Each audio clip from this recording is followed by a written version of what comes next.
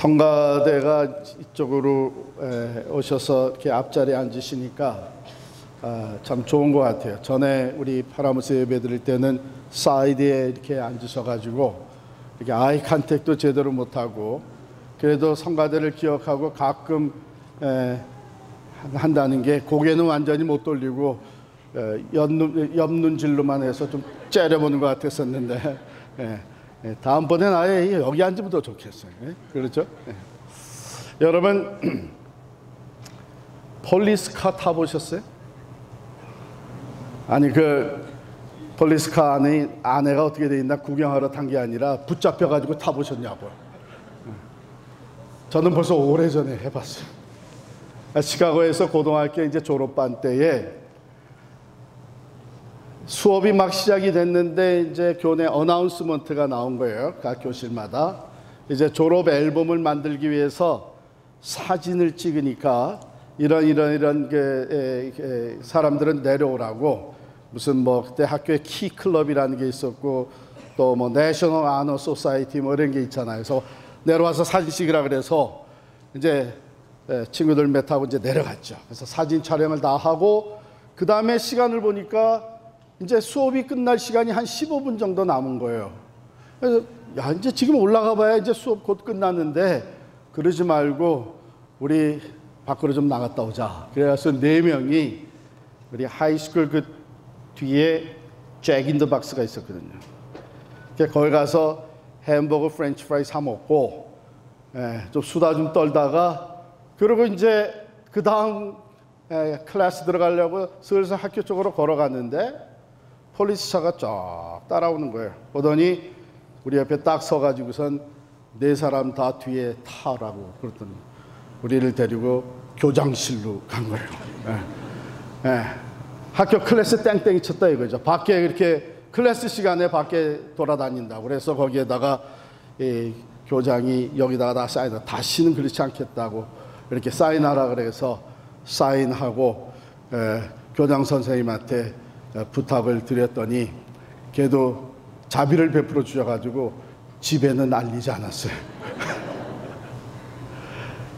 오늘 본문에 보면 붙잡혀온 한 여인이 있어요. 그런데 현장에서 붙잡혔어요. 그러니까 현행범이에요. 서기관들과 바리새인들이 음행 중에 잡힌 여자를 끌고 왔다 그랬고요. 와서 예수님께 고발하기를 이 여자가 간음하다가 현장에서 잡혔나이다 그랬어요. 수치, 모욕, 불안, 두려움, 지금 그런 상황이에요. 그럼에도 불구하고 한마디도 할 수 없는 게 현행범이에요. 우리가 잘 아는 대로 현행범은 범죄 행위를 하는 중에 잡혔다든지 그 범죄 행위가 끝나자마자 잡혔을 때에 뭐 구속영장 같은 거 필요 없이 그냥 그대로 체포돼서 가는 겁니다. 다른 증거가 더 이상 필요가 없는 거예요. 현장에서 범행 중에 잡혔기 때문에. 더군다나 누구에게 잡혔나 하면 서기관과 바리새인들에 의해서 끌려왔다 그랬어요. 서기관과 바리새인들은 율법에 능한 사람들입니다. 이 죄는 돌로 쳐 죽일 수 있는 죄다. 구약 율법서에 그렇게 규명이 되어 있어요. 그래가지고서는 데리고 왔어요. 서기관과 바리새인들은 율법에 능할 뿐만 아니라 자기들의 의, 즉 율법에 의한 자기들의 의를 앞세우는 사람들이기 때문에 다른 사람들에 대해서는 남달리 신랄하게 비판하고 정죄하는 사람들이에요. 왜? 스스로는 의롭다고 얼마든지 생각하기 때문에. 서기관과 바리새인들에게 붙잡혀 왔는데 현장에서 체포되어 왔으니까 정말 아무 말도 할 말이 없는 거예요. 그런 현행범입니다. 그런데 서기관과 바리새인들은 그렇다면 그냥 거기서 돌로 쳐 죽일 수도 있는데 구태여 예수님께 끌고 온 이유가 있습니다. 예수님께 묻습니다. 모세는 율법에 이러한 여자를 돌로 치라 명하였거니와 선생은 어떻게 말하겠나이까? 친절하게 요한은 이 물음을 한 그 의도를 설명해 주고 있죠. 이렇게 말하면 고발할 조건을 얻고자 하여 예수를 시험함이라라. 자, 그러면 예수님께서 어떻게 시험에 고발할 근거를 그들에게 내어줄 수 있는 상황이냐 하면, 예수님은 지금까지 자비의 선생, 긍휼과 사랑이 많으신 분, 그래서 심지어는 죄인들의 친구라고까지 호칭을 받는 분이었어요. 수많은 사람들이 예수님 앞으로 나옵니다. 소외된 자들, 상처 입은 자들, 위로와 회복이 필요한 자들, 귀신 들린 자들, 세리들, 죄인들, 누구나 다 만나주시면서 그들에게 자비와 긍휼을 베푸시고 그들의 삶을 회복시켜 주십니다.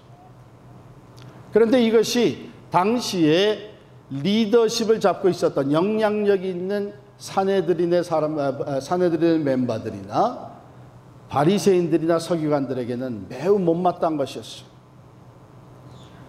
그래서 어떻게 하면 예수를 잡아드릴까, 그 건수를 찾고 있는데 이 케이스가 생긴 거예요. 모세의 율법, 예수 그리스도의 평판, 자비와 사랑, 그 사이에서 와서 묻습니다. 모세의 율법에는 이런 자들은 돌로 치라고 되어 있는데 당신 뭐라고 얘기하겠습니까? 예수님이 아무 대답도 안 하고 몸을 굽혀서 땅에다가 손가락으로 글을 쓰시기 시작했다, 이렇게 되어 있죠. 그래서 어떤 성경학자들은 예수님이 이게 참 곤란한 질문이고 잘못하게 되면 올무에 걸려들 수 있기 때문에 시간을 좀 버시는구나, 또 어떻게 대답할까 궁리하실 뿐만 아니라 그 시간에 하나님과 기도하시면서 하나님의 지혜를 구하시는구나, 이렇게 해석하는 분도 있습니다.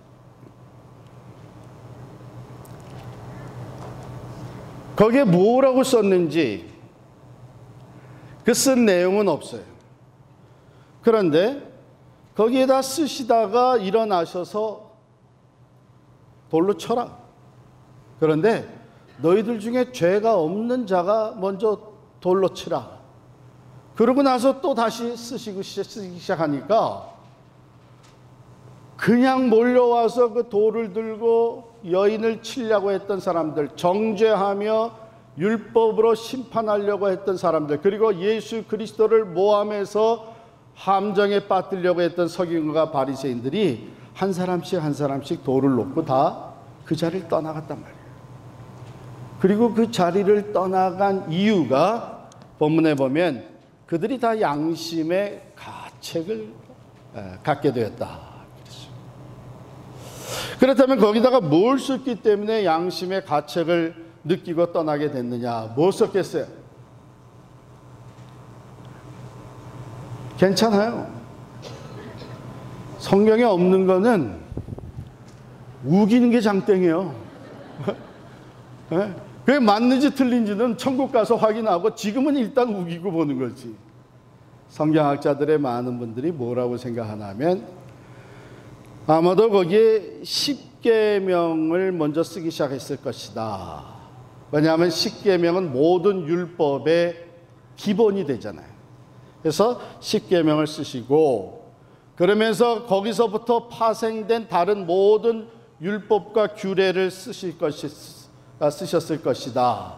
그리고 특별히 그 율법에 어긋나는 죄, 특별히 그 주변에 모여들어서 씩씩거리면서 돌을 던지겠다고, 예수를 함정에 빠뜨리겠다고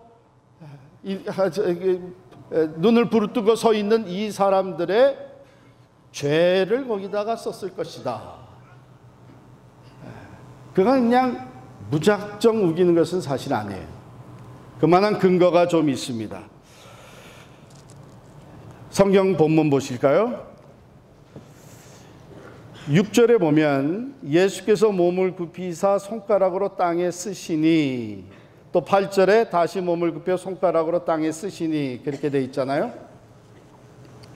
그 쓰신다는 말, 쓴다는 말, 헬라 원어에는 그라페인이라고 하는 말을 써요. 그라페인인데 일반적으로 뭔가를 그냥 쓸 때 그냥 그라페인이라고 이 단어를 쓰는데, 그 앞에다가 카타라는 말을 붙여가지고 카타그라페인 하게 되면 그것은 어느 대상을 향해서 against certain person or certain people, 어느 다른 사람을 대항해서 쓸 때에는 그 앞에다 against라고 하는 의미를 담고 있는 카타를 붙이는 거예요. 근데 여기는 카타그라페인이라고 쓴 거예요. 그러니까 그냥 아무거나 쓴 게 아니고 그 주변에 지금 모여 있는 사람들을 against them, 즉 그들이 가지고 있는 죄를 여기다가 쭉 쓰기 시작했었다. 이렇게 우리가 추측해 볼 수 있는 것입니다. 가령 예를 들어서 욥기 13장 26절에 보면 이런 말이 나와요. 주께서 나를 대적하사 괴로운 일들을 기록하시며 할 때에 바로 카타그라페인이라고 하는 단어를 씁니다. 그러면 예수님은 어떤 분이시기 때문에 그런 걸 쓰시느냐? 2장, 요한복음 2장 한번 돌아가서 2장 25절을 보겠어요. 요한복음 2장 25절 다 같이 읽겠습니다. 시작. 또 사람에 대하여 누구의 증언도 받으실 필요가 없었으니 이는 그가 친히 사람의 속에 있는 것을 아셨음이니라. 예수님이 어떤 분이세요? 예수님, 이 사람은 말이에요, 과거에 이런 죄를 짓고 지금도 이런 못된 삶을 살고 있는 사람이에요. 이 사람은 참 이런 죄를 짓고 있는 사람입니다. 그런 증언이 하나도 필요 없다는 거예요. 왜? 사람의 속을 다 이미 아시기 때문에, 한 사람 한 사람의 삶의 내용을 다 알고 계시기 때문에.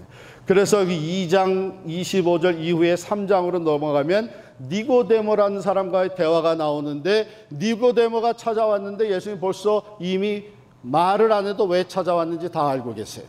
그래서 거듭남에 대해서 얘기를 하십니다. 또 4장으로 넘어가게 되면 운물가에서 만난 사마리아 여인의 얘기가 나오는데, 사마리아 여인의 과거를 다 알고 계셔서 가서 내 남편을 데려오라. 그래? 근데 지금 남편이 없다고? 어쩌면 내 말이 맞겠다. 내가 전에 남편이 5 있었는데 지금 살고 있는 남자는 엄밀히 얘기하면 남편이라고 할 수 없으니 내가 남편이 없다고 하는 말도 일리가 있다. 나가 자빠지는 것이죠. 내가 보니 선지자로서이다. 이와 같이 예수님은 우리들의 모든 생각과 우리들의 삶의 내용을 다 알고 계십니다. 그러니까 그 주변에 모인 사람들, 그 사람들이 예수님이 쓰고 있는 내용들을 가만히 보니까 이건 내가 지은 죄인데, 이건 나도 그런 생각을, 못된 생각을 하고 있는데, 이건 날 두고 하는 소리인가? 하나씩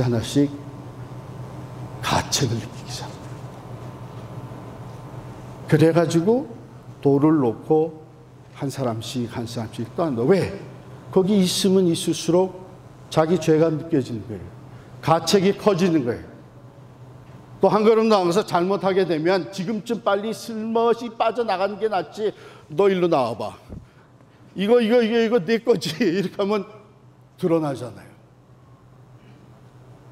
이게 지금 무슨 얘기냐 하면, 하나님 앞에서는, 즉 우리의 모든 것을 다 알고 계시는 주님 앞에서는 간음 중에 잡혀온 이 여인이나 돌로 치겠다고 서 있는 모든 바리새인 서기관 사람들이나 똑같이 현행범이에요. 사람들의 눈에는 이 여인만 죄인이고 현행범같이 보이지만 우리의 생각과 마음과 행함을 모두 알고 계시는 주님 앞에서는 우리가 다 현행범일 수밖에 없는 거예요. 그런데 누가 감히 돌을 들어서 치겠다는 거예요? 누가 감히 정죄하겠다는 거예요?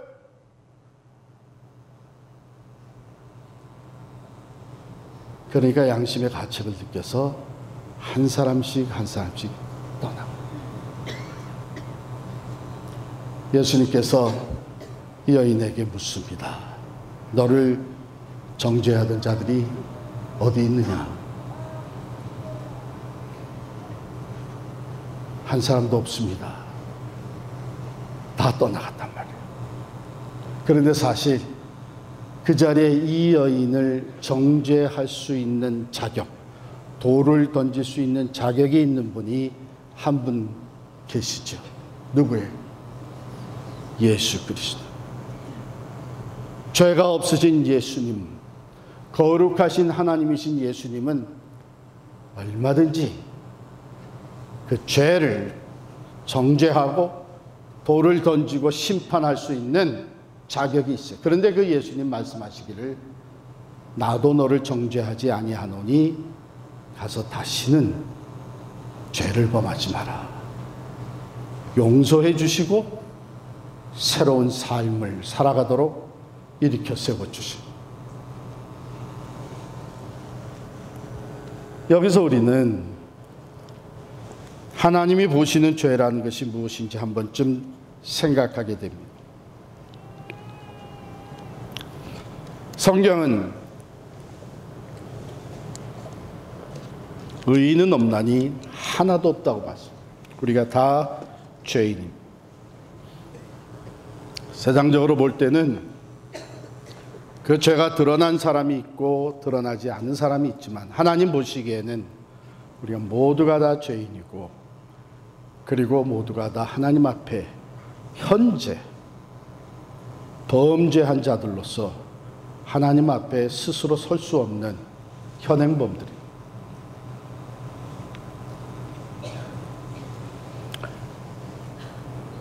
네덜란드의 한 시인이 꿈에 천국을 가는 경험을 한 거예요.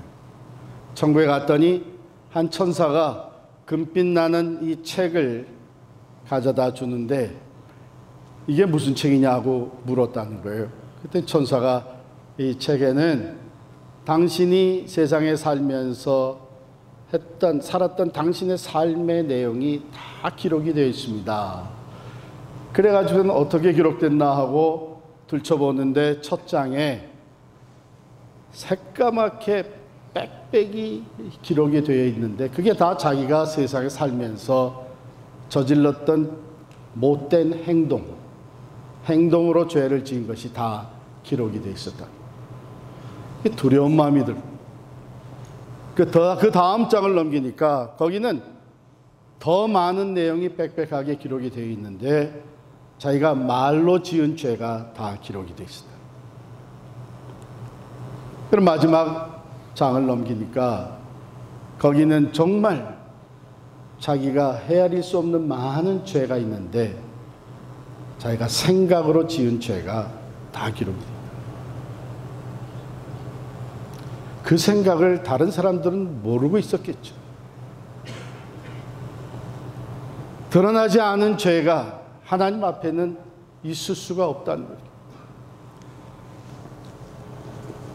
주께서 죄악을 지켜보실진데 주여 누가 서리이까? 그러나 사유하심이 주께 있음은 주를 경외하게 하심이니라. 그렇습니다. 우리의 중심까지 다 보고 계시는 하나님 앞에서는 성경 말씀 그대로 우리는 다 죄인일 수밖에 없습니다. 그런데 사람이 드러나지 않은 것을 그대로 묻어두고 자기의 의의를 내세우며 심지어는 다른 사람의 죄를 들춰내며 그것을 향해서 돌을 던지겠다고 하는 사람들이 얼마든지 있다. 그리고 그 교만이 한 걸음 더 나아가서 그 돌이 예수님을 향한, 오늘 이 사건에 보면 눈에 보이는 돌을 들고 있는 것은 가늠하다 잡혀온 여인을 향하고 있지만 그들의 마음의 돌은 예수를 향하고 있는, 예수를 함정에 빠뜨리게 하고 예수를 붙들어 가고 예수를 억압하려고 합니다. 인간의 의가 이렇게도 교만해질 수 있는 거예요. 얼마나 교만하면 그리스도의 몸된 교회를 향해서 이렇고 저렇고 비판하고 정죄하며 결국은 하나님의 이름을 들먹거리면서 자기는 마치 의로운 사람처럼, 자기는 죄가 없는 사람처럼. 그런데 우리가 기억해야 될 것은 하나님 앞에서는 우리 모두가 죄인이요 현행범입니다. 그래서 오늘 말씀의 이 배경은, 중심적인 그 주제는 율법과 은혜예요. 그래서 율법과 은혜 사이에 벌어진 일들이에요. 자, 가늠하다 잡혀온 이 여인은 이 율법과 은혜 사이에서 율법으로는 아무 할 말이 없어요. 현장에서 잡혔어요. 어떻게 보면 자기도 할 말이 있을 수도 있겠죠. 왜? 아니, 간음이라는 죄는 두 사람이 같이 짓는 것인데 왜 나만 붙들어 와가지고, 남자는 어디 갔어? 그 남자 어디 갔어? 왜 그 남자는 놔두고 나만 붙들어 가지고 이러는 거냐? 또 그렇게 된 것은 내 탓도 있지만 그 사람 때문에 내가 이렇게 된 건데 하면서 원망할 수 있어요. 그러나 어쨌든 현장에서 붙들렸기 때문에 할 말이 없는 거예요. 율법으로는 정죄받고 심판받고 돌에 맞아 죽을 수밖에 없는 상황이기 때문에 이 여인에게 있어서는 율법과 은혜 사이에서 은혜만을 구할 수밖에 없는 거예요. 자비와 긍휼을 베풀어 주셔야만 혹이라도 살 수가 있는 거예요. 서기관과 바리새인들, 돌을 들고 치겠다고 하는 사람들은 지금 율법과 은혜 사이에서 은혜는 하나도 관심이 없고 율법을 앞세워서 다른 사람의 죄를 정죄하고 심판하고 돌로 치려고 한 걸음 더 나아가서 예수 그리스도까지 함정에 빠뜨리려고 비난의 대상으로 삼고 있는 모습을 보게 됩니다.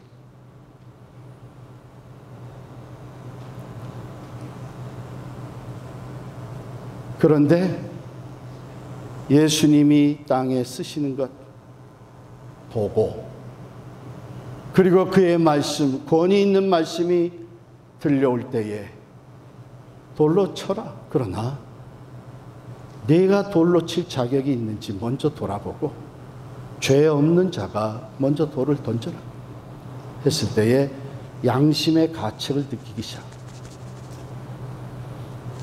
율법으로만 나갔던 이들이 양심의 가책을 느끼면서 점점 주저하게 돼요. 뒷걸음치게 돼요. 그 자리를 떠나게 돼요. 그런데 안타까운 것은 양심의 가책만을 느끼고 떠나갔어요. 여러분, 율법이라는 것은 마치 거울과 같은 것입니다. 우리가 거울을 보게 되면은 더러워진 것, 고쳐져야 될 것, 이것을 보면서 아, 이게 안 되겠구나, 그것을 깨닫습니다. 그런데 거울이 우리를 고쳐주진 못해요. 죄를 없애주진 못해요. 마찬가지로 우리가 율법에 비추어서, 하나님의 말씀에 비추어서 양심의 가책이 오고 나에게도 이런 죄가 있다고, 못된 것이 있고 내 해결해야 될 죄 문제가 있고 시정돼야 될 것이 있다는 것을 깨달았을 때에 그것을 깨끗하게 해주고 회복시켜 줄 수 있는 은혜를 구해야 되는데, 그러지 아니하고 양심의 가책만 가지고 많은 사람들이 그 자리를 떠났습니다. 어쩌면 오늘날에도 하나님의 앞에 나와 예배를 드리면서 말이죠. 하나님의 말씀을 접하면서 하나님의 뜻이 무엇이고 죄가 어떤 것인고 하는 것들이 낱낱이 내게 들려올 때에 교만과 거짓과 사기와 시기와 질투와 원망과 수근수근거리는 것과 관계를 깨뜨리는 것, 내 욕심을 위해서 다른 사람을 수단으로 착취하는 것과 이런 죄에 대한 깨달음이 주어질 때 양심의 가책이, 그런데 양심의 가책만 가지고 다시 이 자리를 떠나가고 세상으로 나아가 가책이 오고 다시 또 그냥 떠나가고 가책을 받고 다시, 이런 과정이 위피되면서 어떤 현상이 일어납니까? 우리의 양심이 둔해지기 시작을 하는 거예요. 처음에는 조그만 거 하나 훔친 것 때문에 가슴이 두근거리면서 밤잠을 자지 못했는데 이제는 제법 큰 것도 주머니에 집어넣고 그리고선 또 잠을 잘 잘 수 있는 양심이 둔해지기 시작을 합니다. 이게 무서운 거예요. 그래서 끔찍한 죄를, 정말 엽기적인 죄악을 저지르고도 뻐젓이 고개를 들고 웃으면서 끌려가는 사람들도 우리가 보게 됩니다.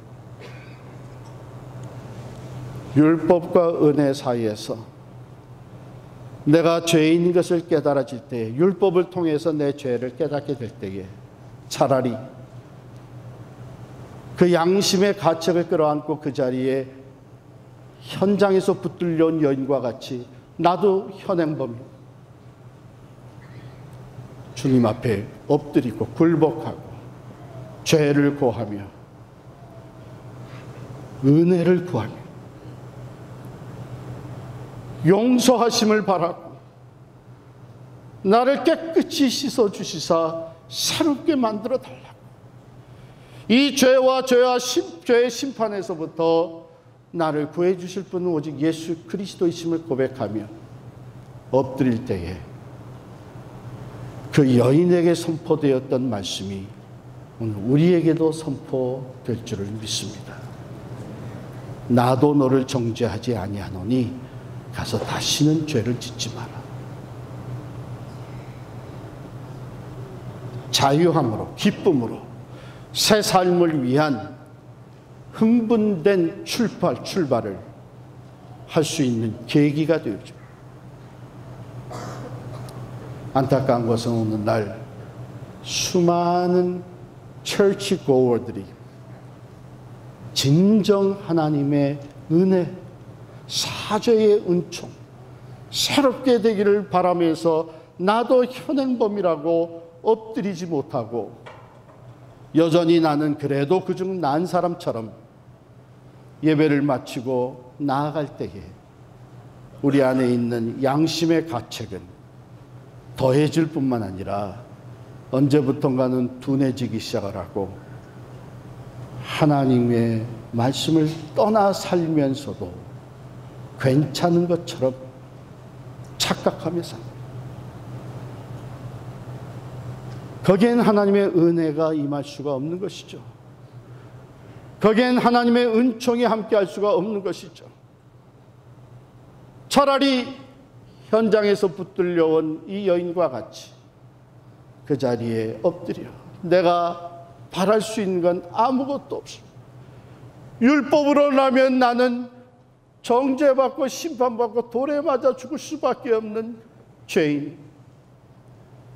그러니 온전히 굴복하고 마음속으로 통회하고 있을 때에 그 중심을 아시는 주님께서는 그에게 선포해 주십니다. 내가 너를 정죄하지 아니한다.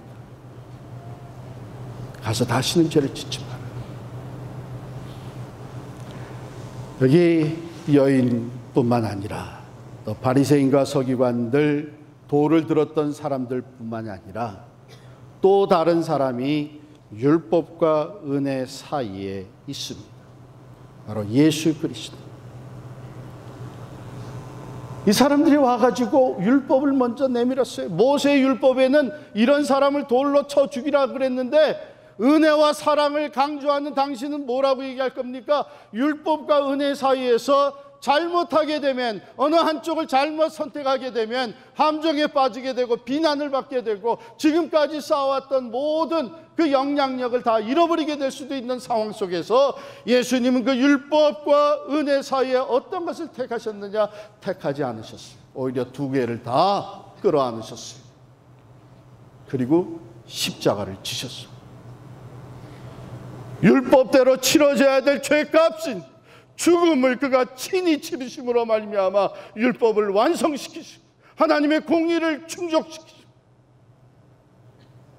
뿐만 아니라 자기가 죄값을 치러주심으로 인해서 그 자비와 긍휼과 사랑을 믿는 자들마다 구원을 받을 수 있는 은혜의 길을 열어주셨습니다. 렘브란트의 유명한 화가죠. 그분의 그림 중에 탕자의 귀향이라고 하는 그림을 여러분 아마 다 기억을 하실 거예요. 그 그림을 보게 되면 아버지의 재산을 가지고 가서 다 탕진해 먹고 추한 모습, 더러운 모습, 죄로 물든 이 탕자가 아버지의 집을 기억하고 아버지께로 돌아온, 그 앞에 엎드려 아버지, 내가 하늘과 아버지께 죄를 지었어. 이제는 나를 아들이라고 하지 마시고 나를 종의 하나로 써주십시오. 통회하며 율법으로는 자기는 설 자리가 없는 것을 고백하면서 아버지 앞에 은혜를 구합니다.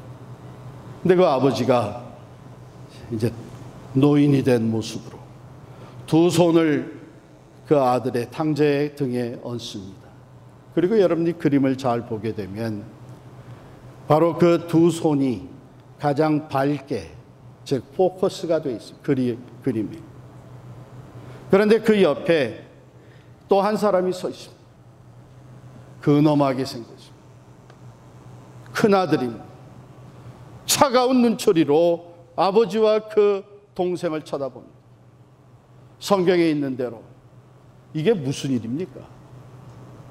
아니, 나는 지금까지 아버지의 집을 떠난 적도 없고 아버지의 명을 어긴 적이 없이 집안에서 충성스럽게 아버지를 섬겼는데 나에게는 염소 새끼 한 마리 잡아주지 않더니 아버지의 재산을 가져가서 다 탕진해버리고 창녀들과 더럽게 죄악에 물든 이 아들이 돌아오니까 이 아들을 위해서 살찐 송아지를 잡아주십니다.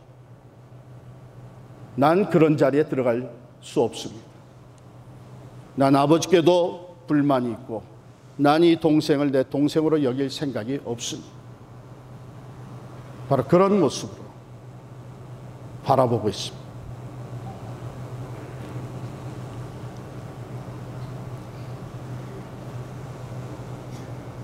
둘째 아들이 탕자였습니다. 돌아온 탕자. 그러나 큰아들도 엄밀한 의미에서 탕자입니다. 집안의 탕자. 아버지의 집에 있지만 그에게는 아버지의 마음이 없었습니다. 비록 집을 떠났던 탕자는 멀리 가 있었지만 언제부턴가 그의 마음은 아버지의 집에 와 있었어요. 아버지의 마음을 사모하면서 살게 됐어요. 결국은 아버지의 집으로 돌아오게 됐어요. 그러나 큰아들은 한 지붕 밑에 아버지와 함께 살고 있었지만 그의 마음은 아버지를 떠나 있었어요. 자비와 긍휼의 마음은 하나도 없이 심판과 정죄의 마음을 가지고 있습니다. 집안의 탕자가 아닐 수가 없죠. 돌아온 탕자를 등에 두 손을 얹고 있는 그 손을 여러분이 자세히 보시게 되면 거기가 아주 가장 밝게 그려져서 그 그림의 포커스가 될 뿐만 아니라 그 두 손이 서로 다릅니다. 왼손은 아주 거친 손이에요. 남성의 손이에요. 그래서 핏줄이 두드러지게 그려져 있습니다. 오른손은 여성의 손으로 부드럽고 매끈매끈한 손입니다. 그 두 손을 얹어서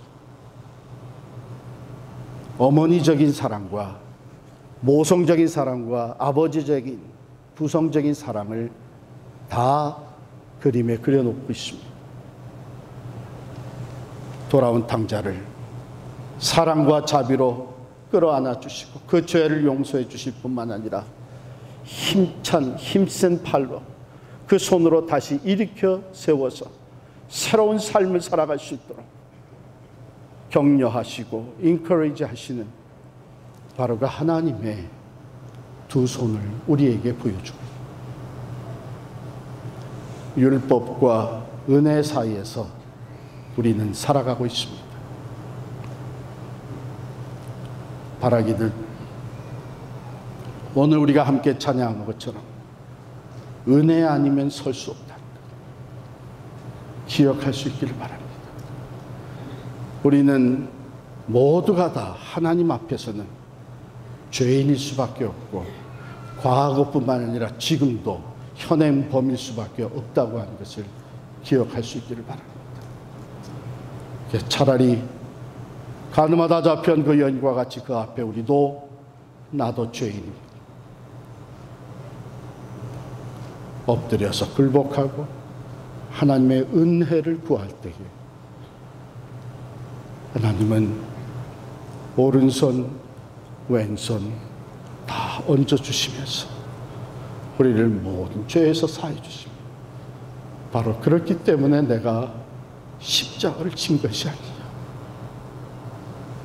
힘쓴 팔로 붙잡아 세워주십니다. 이제 나와 같이 새로운 삶을 살아가자. 다시는 죄를 짓지 말자. 우리에게 새로운 기회를 주시는 줄을 믿습니다. 기도하겠습니다.